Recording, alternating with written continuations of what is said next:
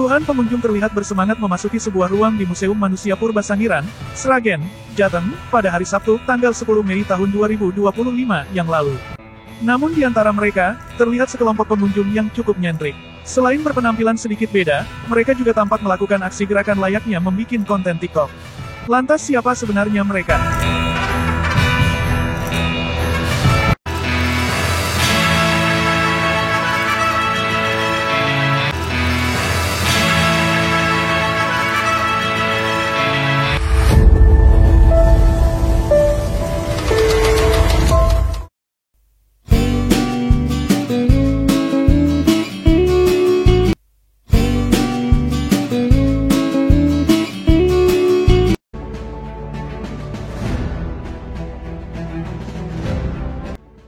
Ditemui di sela-sela aksi perekaman gambar mereka, rombongan tersebut mengaku berasal dari wilayah Wonogiri, Jateng.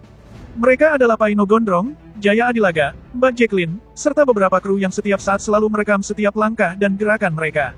Hari ini, kami sengaja datang ke Museum Sangiran ini, karena hari ini bertepatan dengan weton Mbak Jacqueline, yaitu Sabtu Pahing, ujar Paino saat memperkenalkan dirinya.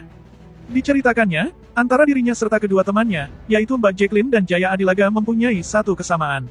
Terutama ketertarikan mereka akan seni dan budaya, di mana apresiasi mereka terhadap seni juga diaplikasikan dalam kehidupan sehari-hari. Bahkan sebenarnya, juga menjadi bagian penting dari profesi mereka.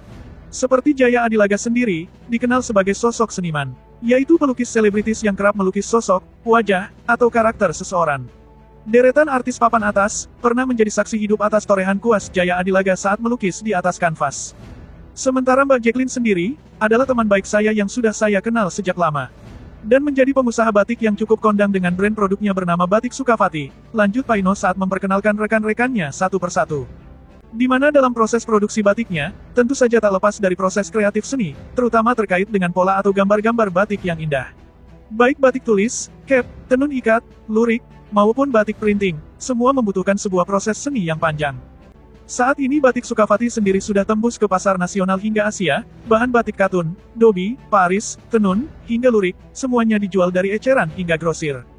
Tak heran wilayah-wilayah dari Aceh hingga Papua selalu rutin mengambil bahan dari Batik Sukavati. Juga negara-negara lain seperti Malaysia, Singapura, dan Thailand juga menjadi pelanggan tetapnya. Dan sosok Paino Gondrong sendiri, adalah seorang praktisi seni dan budaya. Terutama seni tradisi di wilayah Wonogiri dan sekitarnya. Ia kerap menggelar event budaya yang mengusung seni dan tradisi daerah, sebagai bentuk kecintaannya akan kekayaan budaya dan kearifan lokal. Selain itu, pria ini juga dikenal sebagai pelaku usaha di bidang pelatihan, sekaligus penyedia tenaga kerja untuk ditempatkan ke luar negeri, yaitu negara Jepang. Nah, mereka bertiga, selain mempunyai ketertarikan akan seni dan budaya, juga sangat dekat dengan filsafat dan spiritual Jawa.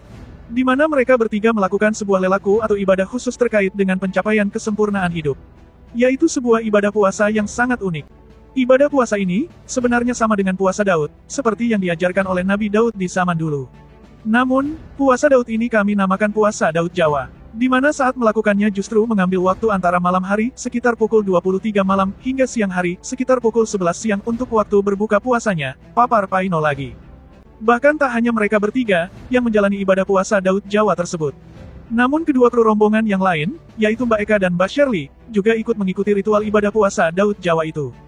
Mereka sangat percaya, dengan menjalankan ritual puasa Daud Jawa, bisa meningkatkan kekuatan spiritual mereka. Dan yang lebih penting, bisa membuat kualitas hidup mereka menjadi lebih baik dan mulia. Baik secara fisik ataupun spiritual, akan saling membantu menuju kesempurnaan dan kemuliaan hidup. Kami sudah menjalani ritual puasa Daud Jawa ini sejak 2 tahun silam. Dan memang tubuh dan pikiran kami terasa lebih segar dalam menjalani hidup, setelah menjalani puasa ini, aku Shirley dan Eka di tempat yang sama.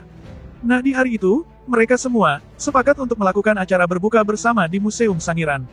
Mereka sengaja berkumpul untuk kembali menjalin tali silaturahmi, serta mempererat hubungan pertemanan di antara mereka. Sementara lokasi Museum Sangiran sendiri dipilih, karena dianggap mempunyai aura atau pembangkit daya spiritual yang sangat kuat. Di mana banyak fosil dari manusia, hewan, ataupun tumbuhan dari zaman purba dipajang di dalam ruangan mesem tersebut. Sementara lingkungan di sekitar museum pun, dipercaya masih banyak mengandung kehidupan dari masa lampau.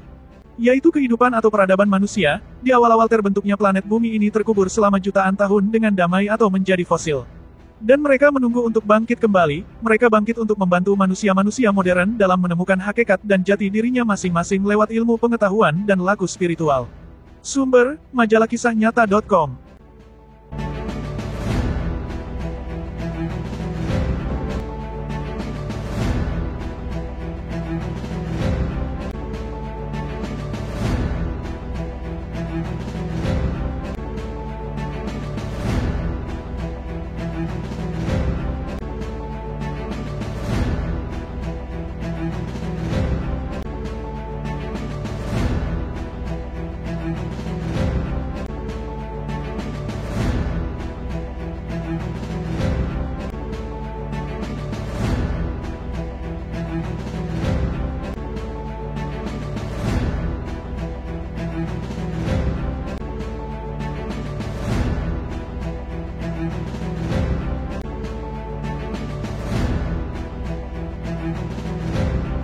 Dekat ya, seperti saudara, dan saya kebetulan membawa saudara saya namanya panggilan saya Jetley lah, itu yang punya usaha batik Jawa Bali itu.